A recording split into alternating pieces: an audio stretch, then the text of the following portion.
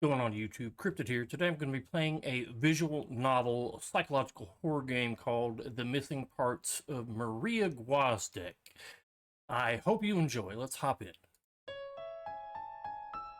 You again, what do you want? Tell me everything from the beginning. Sometimes I wonder what my life would be like if I had never met him. Would I still be alive? And would it be a bad thing if I wouldn't? If I wasn't, maybe. I don't know. Anyways, February the 13th. Maria, how are you feeling? What is this? Kidneys and lungs and eyes? How are you feeling? Edita, I'm much better now, dear. Don't worry. The nurse is really nice, too. Will you come and visit me soon? I promise I will, Mom, as soon as I can. Good. How's work? Okay. I mean, it's kind of chaotic at the moment, but it's going well. I'm so glad to hear that. Oh, it's medication time. It's medication time, dear. I have to go. Everybody loves medication time, right? Okay, Mom, I'll call you tomorrow. Bye! Love you. I was laid off 2 months ago, and I can't bring myself to tell my mother. Can't ask her for money as she's barely able to support herself, what with her illness, and I'm afraid the worry could make her worse. My landlord told me to pack my stuff and move out by the end of the week, the day after tomorrow. I haven't been able to bring myself to start packing, though. I've been to about a dozen job interviews since I got the sack. What if I get a call? I know it's stupid, yet I keep hoping. I don't have anywhere to go either. I suppose I might be able to crash for a few nights at my elder sister Carolina's place in Columbus. You don't want to go to Ohio, I'm sorry. Both Carolina and her husband, Albert, are just too successful to tolerate a miserable piece of shit like me for long, though. Then I could go to my mom's place in Martinsburg. It's been vacant since she was hospitalized. Problem is, I couldn't find a job in Charleston, North Carolina. Where is the places all over the place? What are the chances of me getting one in Martinsburg? And how do I tell Mom? Fuck. Why did it have to come to this? What am I supposed to do? Let's check the answer machine, I guess, see if we got a job offer. Hey, Maria, did you call? We took Duck to see a movie. If it was about money, I mean, I'm sorry, but we really can't help right now, and you really need to learn how to manage by yourself. Okay. So, hey, let me know if you hear back from Walmart or whatever. It's all in your hands. Bye! Wow. Sisterly love and support at its most touching. I think I'm glad you weren't there when I called. What do I do now? Watch TV, go outside, go to bed. I feel like I don't know. I think there's multiple endings to this. Let's just watch some TV. Netflix and chill, I guess. I turn on the TV hoping for a distraction. It's the news, and the anchor's face is solemn and grim. She's reporting on a war happening somewhere in the world. Wow. This could literally take place anywhere in the past, I don't know, eternity. Like, this game could have come out in 2020, 1990, 1950. Of course, I doubt the game would be out in 1950. All right, anyways, there are air raids and explosions and shelling, and people are dying. So this game came out in 2023, and I'm playing this game in 2024, and it's still relevant, sadly. There are air raids and explosions and shelling, and people are dying. Cities lie in ruins. Then a video shows a child crying in what seems to be a refugee camp. This is what real suffering looks like, I tell myself. Compared to what those people are living. Comparison is the, what is that called? The death of joy or something? Compared to what those people are living through, what's losing a lousy job and being evicted out of a cardboard box of an apartment. This little inner pep talk only makes me feel worse. Like there's no hope for the world. Like it's just a spectrum of how bad things are, and I should consider myself lucky to be on the, quote, not at immediate risk of being killed, end quote, side of it. What do I do now? I guess we go outside. Yeah, I could do with a breath of fresh air, figuratively for the most part, but some literal fresh air wouldn't hurt either. I slide into my boots and put on my coat, walk out of the apartment, and take the elevator to the first floor. Outside is chilly and eerily quiet. The rumble of distant traffic from the interstate is the only reminder that there is still life in the city. One of the streetlights is flickering, plunging the already poorly lit street into darkness, before coming back on moments later. I'm not sure if I'm glad or uneasy that there are no people in sight. A bit of both, perhaps. Well, if you're an introvert like me, probably glad. I start walking. Doesn't matter where. I try not to think about anything. I just absorb the starless void of the night. I hear a strange sound behind me, like huge flapping wings. I turn around but see nothing. But then, when I turn back again... Uh-oh, here we go. So they never called you back? Where the hell did this guy come from? And is it even a guy? Let's not assume anybody's gender, please. Not Cyberdynamics, not London Sports, not Mendez Delivery, not even Walmart. This city doesn't need you. Who the fuck are you? And what do you want? I am Orin, and what I want to do, I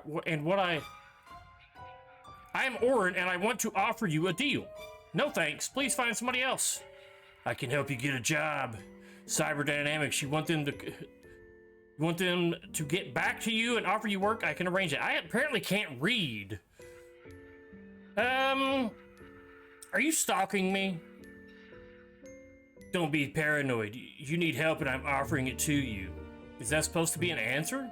Listen, you have no job, you're nearly out of money, and you'll soon have nowhere to go. I'm offering you a deal that can change all that. This guy is a little sussy, huh? Okay, I know I'm going to regret asking, how does this deal of yours work? Good, now you want to hear about it. The deal is that I grant your wishes. Figures, I'm talking to a freaking fairy. Okay, you got it. We sign a contract and I grant you wishes in return for your organs.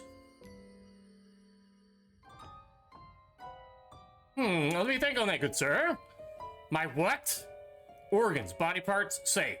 I give you that job at Cyberdynamics and you give me an ear or an eye. Oh shit, oh shit, oh shit. This guy is a maniac. Pepper spray him or run away?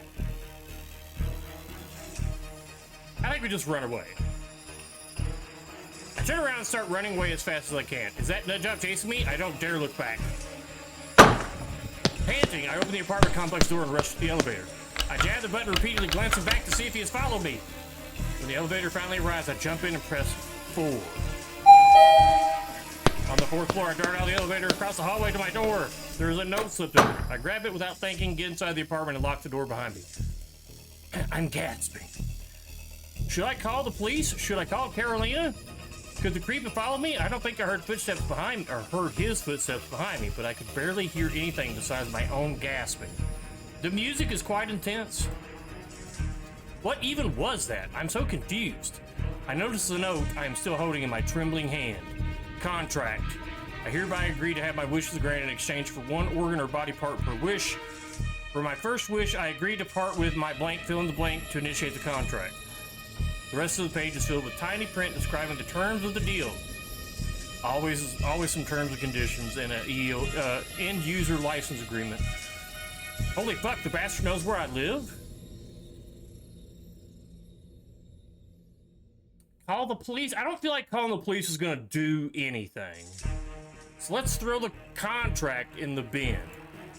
There are moments in my life anyway, when you know what the sensible thing to do is, but it's just so much easier to go screw it and not do anything. Don't attack me personally, please.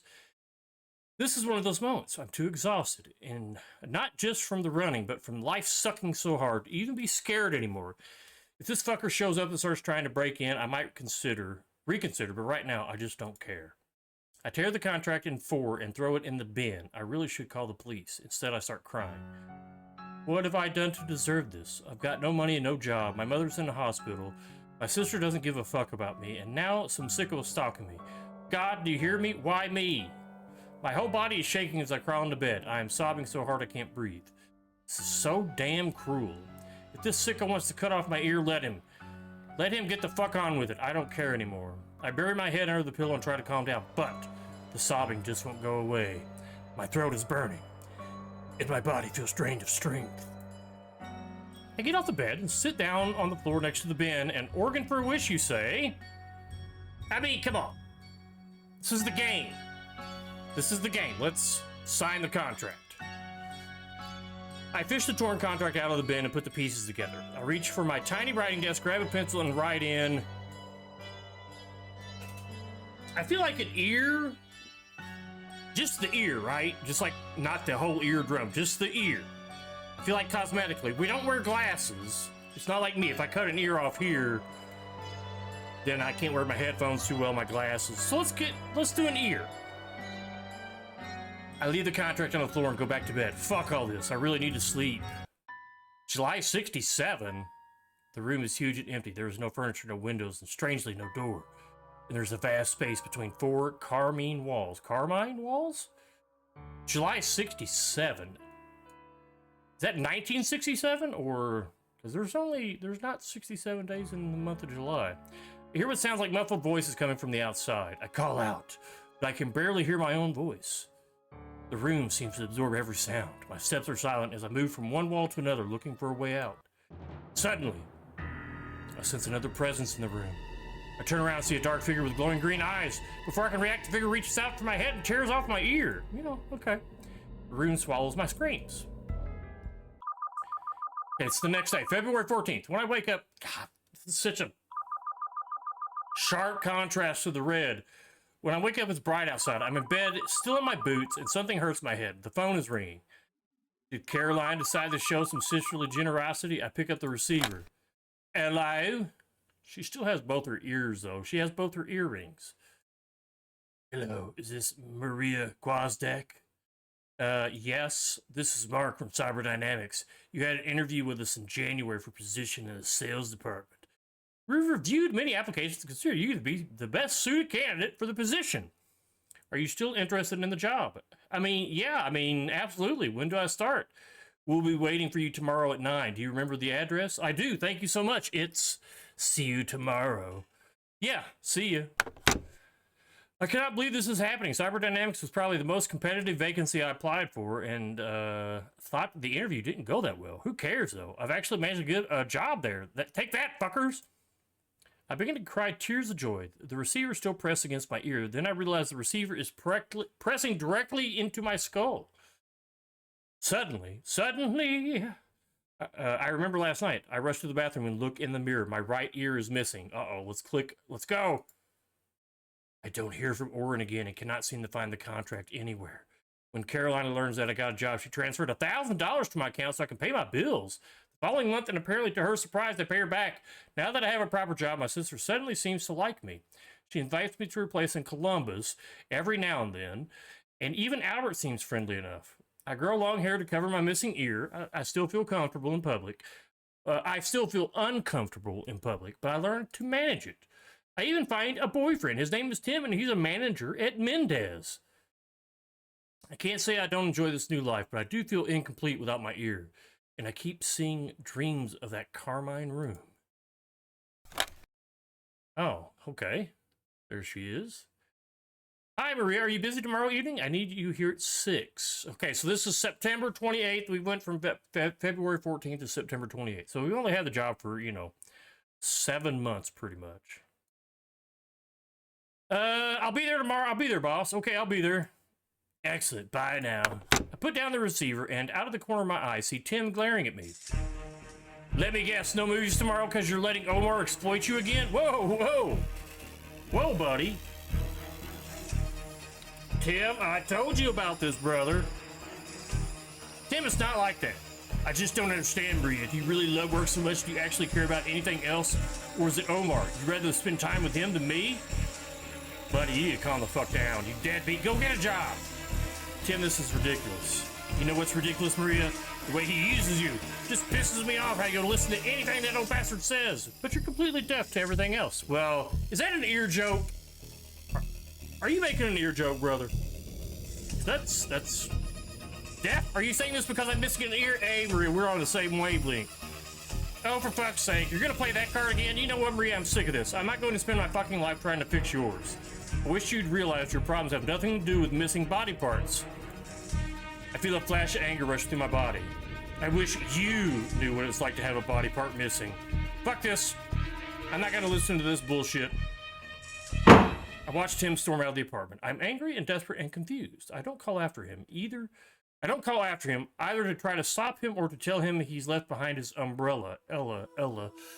I go to the kitchen and pour myself a whiskey. This should stop the shaking. Okay, I need something to do.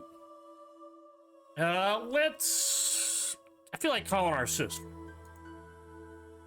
Unless this is like a monkey paw type thing. Like, you know, you make a wish, but everything, like, you get the job, you get the money, you get the boyfriend, but he's obsessive. Your sister's like, oh, you know, let's find out. I still find it hard to believe, but Carolina and I have grown much closer over the past months. Nope. I bet this is good. Watch. Maybe it's because I'm finally a mature human being with a proper job. Maybe it's because I lost an ear or because mother has been seriously ill. Most likely, it's all of these things together. Probably so. So when I need someone to talk to, I call my sister. Hello? Hey, Maria, what happened? Are you crying? No, just a little. Tim and I had a fight. Again, I'm getting sick of this guy. You've been together, what, like 2 months? Almost 4. You've been together for 4 months, and you've had more fights than Mike Tyson. Hey. Oh, is that an ear joke? Because Mike Tyson bit that dude's ear off? Is that what this is? I complete the sentence and Carolina chuckles. That's right, you need to dump him, Maria. I think he just dumped me. Oh, how did that happen? Tim got mad because Armor asked me to do a shift tomorrow and I agreed. He said some mean things that I took personally, then he just left. Jesus, Maria. I wish you could just understand what it feels like. He's an asshole. Listen, it's really for the best that... Oh, Maria, can I call you later? Albert's calling from work. I need to call you back, okay? Yeah, sure. Thanks for listening. You're always welcome. Bye-bye! I decided to go for a walk to get my mind off what happened. It's sunny outside, but I take my umbrella just in case. In West Virginia, you never know when it will start raining. As I walk out from my apartment and turn to lock the door, I hear a strange sound coming from the elevator. I turn around. Long time no see, Maria. I instantly know who this is. What are you doing here? What are you doing here? I came here to fulfill your wish. You already have, and I don't want any further wishes. Someone didn't read the terms of her deal, did she?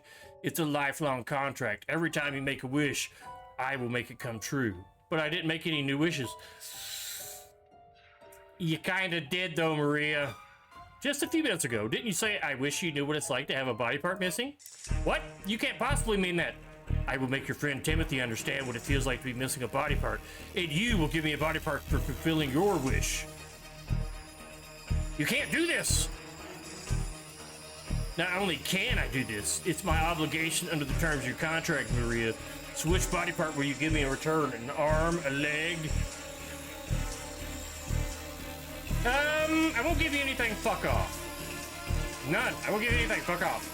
Would you rather I decide what to take? I could take your heart, you know.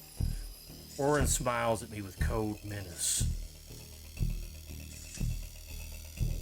I feel like you can't live without a heart.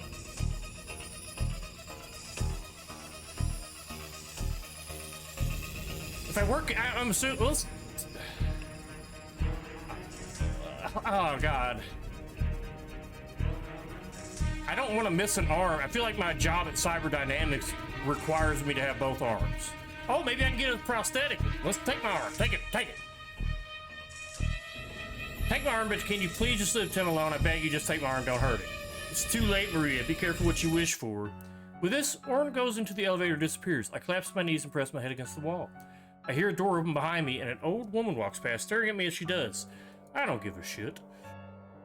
I downed 4 energy drinks that night to keep myself from sleep. Oh my God. Hopefully they're like low caffeine or something. Sugar-free, maybe?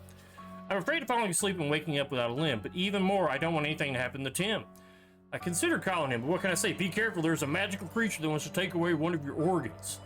And even if I do warn Tim, can that really stop Oren? By sunrise, I can't resist sleep anymore. I turn on my stereo and crank up the volume.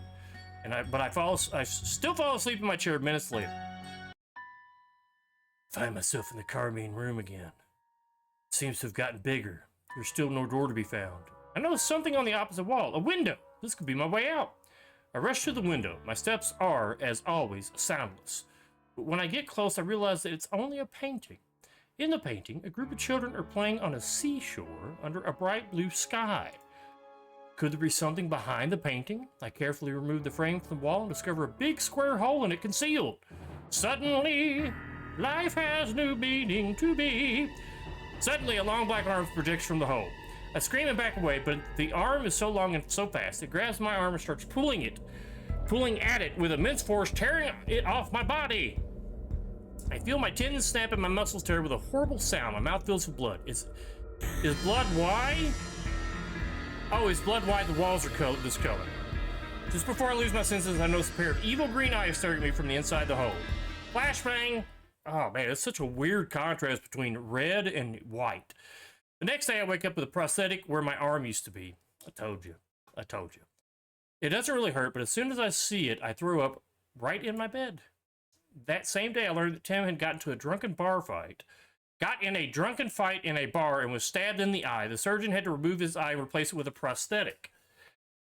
When I come to visit Tim in the hospital, he tells me to get out. He seems to blame me for what happened. Of course, he has no idea how right he is. I tell everyone I had developed an infection and had to have my arm amputated. Caroline doesn't seem to believe me. She's possibly suspecting. Yeah, it's got something to do with your ear, right? You're like, come on. I guess she thinks he was violent or something, but she never really says anything. Oh, she probably suspects it has something to do with Tim. Omar transfers me to a less physically demanding job, but the money is still good, though. In fact, technically speaking, he has given me a promotion. Out of pity, of course. I'm disgusted with myself for accepting it, but I couldn't afford to refuse. Mom is ailing at her prognosis, and her prognosis isn't good. Has lost nearly all of her eyesight. I come to visit as much as I can, but I never tell her about my lost arm.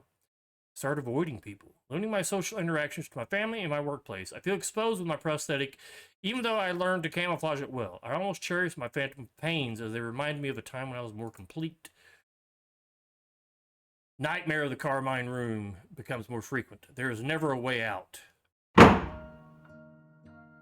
December 7th. Hi, sweetie. I'm still getting used to the sweetie. Hey, Carolina. Carolina Reaper. Hey, Albert. Mariah, thanks for coming. Not this. Look at this little chin strap. Okay. Thanks for coming.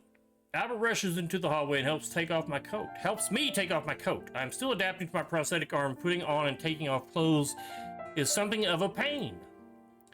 Today, it's a pain quite literally, as I've been having unusually bad phantom pain since this morning. I try to hide it, though. Thanks, Albert. No problem. Sorry, I better not leave the stove for long. Okay. Albert disappears into the kitchen. So, how's Mom doing? I went to Martinsburg to visit Mom yesterday. No improvement. The doctor told me, that we shouldn't be too hopeful. I see. I'll go see her next week.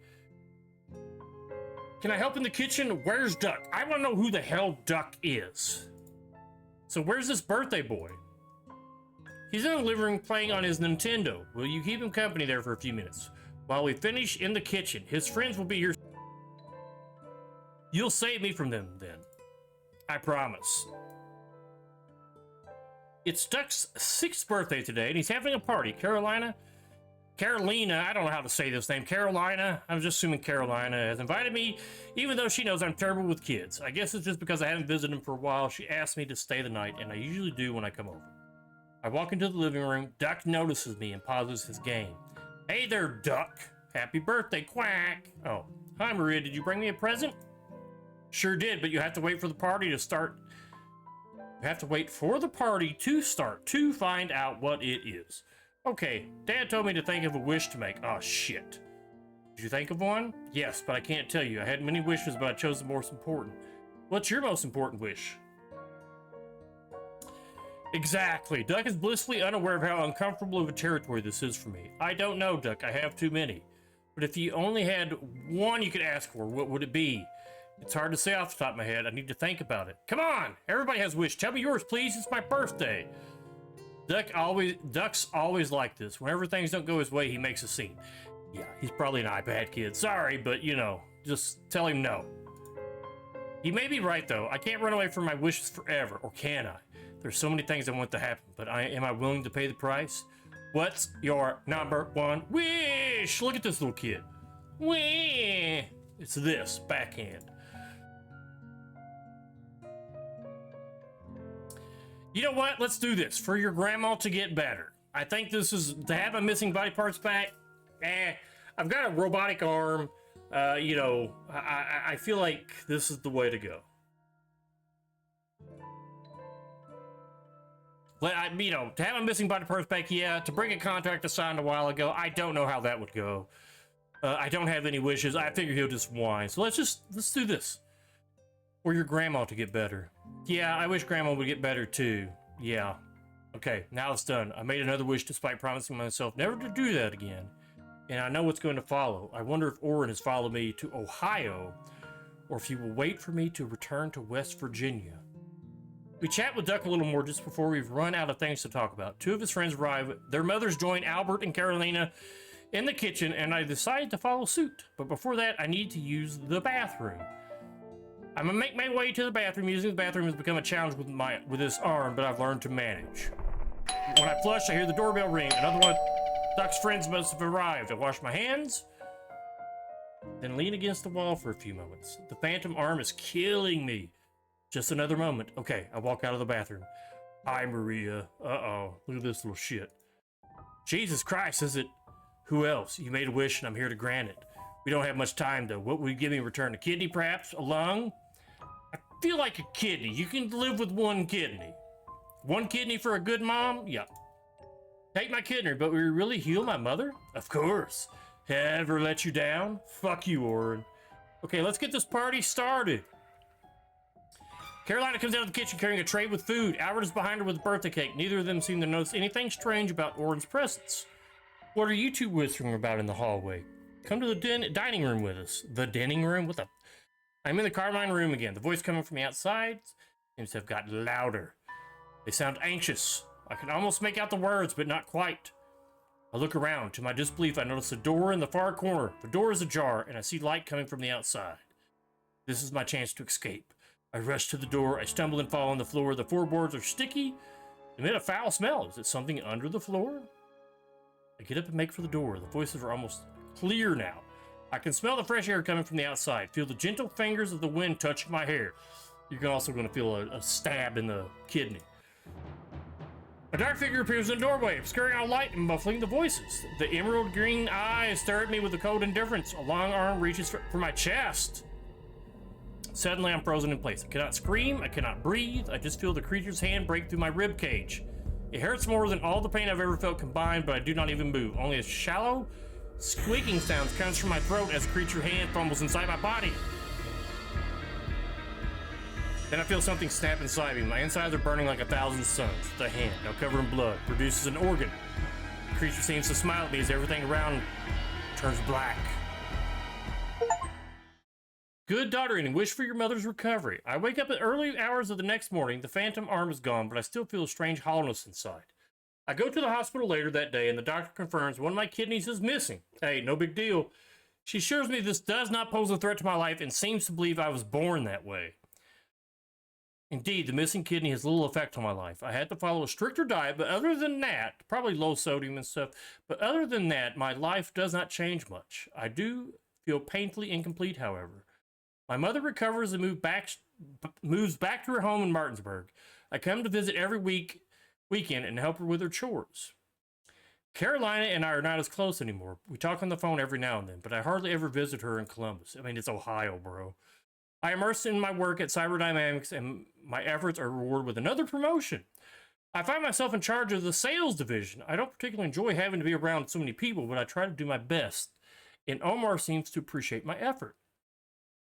I start going out with Mark, the HR guy. He doesn't seem to mind my disability. On our second date, I learn that he himself has a prosthetic leg. Dreams of the Carmine room still continue, but I almost learned to accept them. Even when I'm dreaming, I know there is no way out of the room. I decide not to make another wish ever again, and this time I better not give in. Missing parts of Maria Gwozdek. Now, there's other endings, but I don't know if I want to try to play through them again on this one. If you guys enjoy this, if you guys give me a thumbs up and like and all that, I will definitely come back and show you the different endings. But, yeah. It's a short little horror game. Not really creepy. The music was nice. The setting was nice. But other than that, I don't know. It's kind of okay. It's kind of okay. I think it's a free game, too, by the way. So, you know, it's not bad. It's not bad. It's not bad. Oh. And here we go. Remember what happened to you. Why are you still allowed to just turn this off? So, anyways, if you enjoyed this and this thing is popular and stuff, I'll come back and replay some of the other endings and stuff like that. Anyways, I hope you enjoyed. If you're not subscribed, please do so. Give me a thumbs up if you like it, a thumbs down if you don't, and I'll see you when I see you.